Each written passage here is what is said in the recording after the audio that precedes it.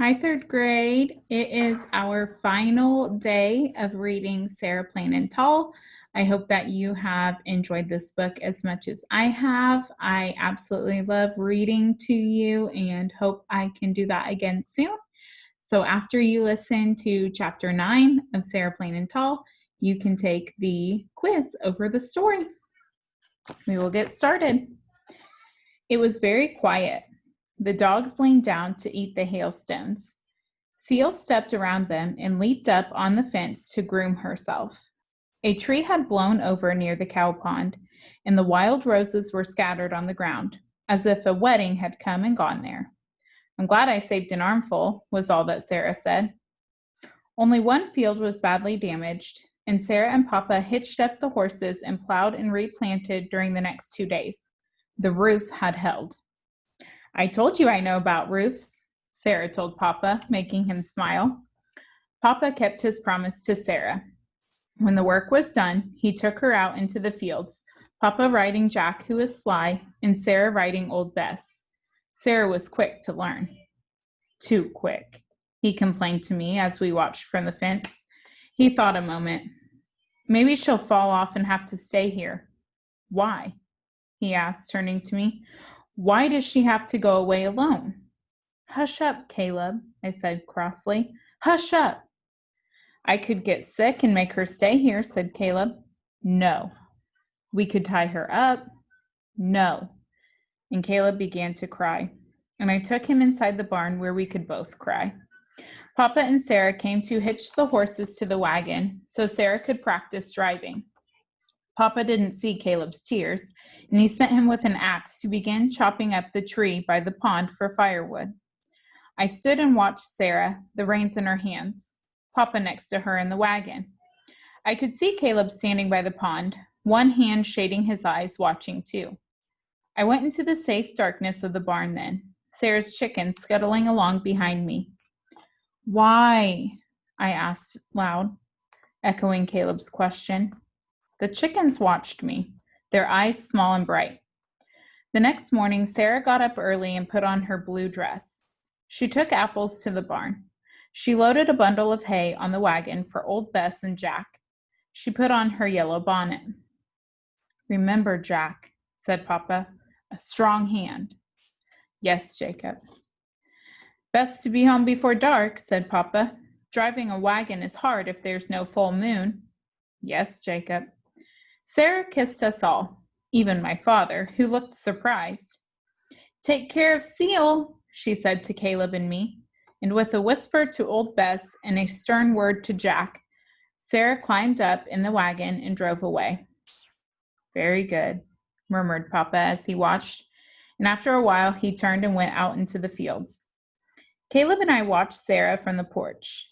Caleb took my hand, and the dogs lay down beside us. It was sunny, and I remembered another time when a wagon had taken Mama away.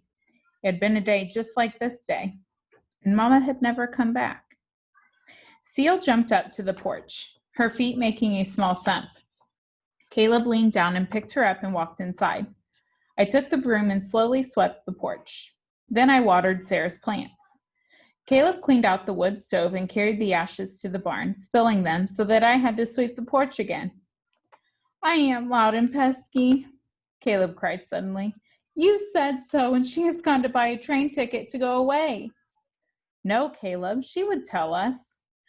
The house is too small, said Caleb. That's what it is. The house is not too small, I said.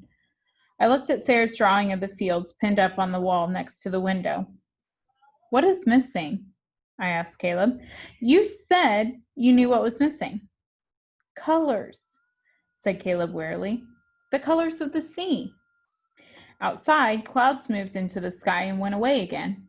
We took lunch to Papa. Cheese and bread and lemonade. Caleb nudged me. Ask him. Ask Papa. What has Sarah gone to do? I asked.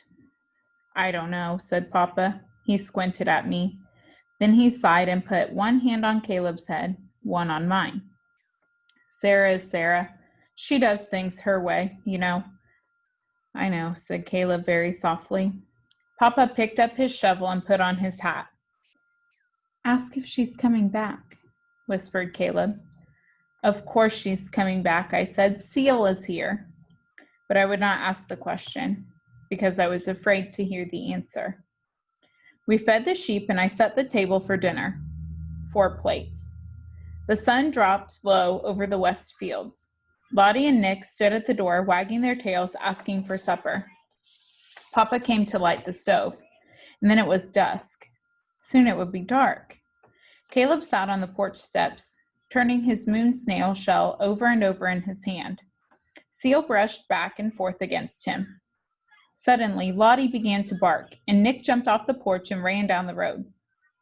Dust! Cried Caleb. He climbed the porch and stood on the roof. Dust! In a yellow bonnet!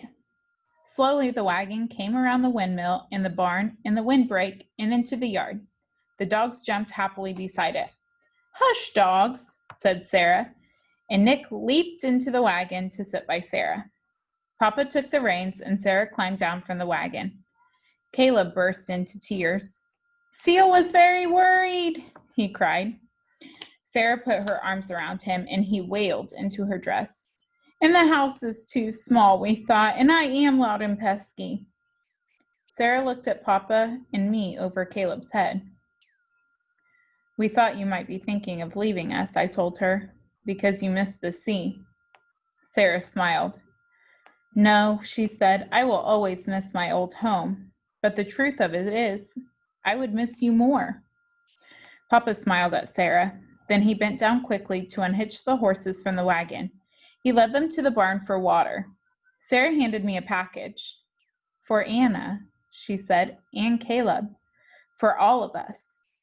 The package was small and wrapped in brown paper with a rubber band around it. Very carefully, I unwrapped it, Caleb peering closely. Inside were 3 colored pencils. Blue, said Caleb slowly, and gray, and green. Sarah nodded. Suddenly, Caleb grinned. Papa, he called. Papa, come quickly. Sarah has brought the sea. We eat our night meal by candlelight, the 4 of us. Sarah has brought candles from town, and seeds for her garden, and a book of songs to teach us. It is late, and Caleb is nearly sleeping by his plate, and Sarah is smiling at my father. Soon there will be a wedding. Papa says that when the preacher asks if he will have Sarah for his wife, he will answer a yeah. Autumn will come, then winter, cold with a wind that blows like the wind off the sea in May. There will be a nest of curls to look for and dried flowers all winter long. When there are storms, Papa will stretch a rope from the door to the barn so we will not be lost when we feed the sheep and the cows and Jack and old Bess and Sarah's chickens, if they aren't living in the house. There will be Sarah's sea, blue and gray and green, hanging on the wall, and songs, old ones and new, and Seal with yellow eyes. And there will be Sarah, plain and tall. And that is the end.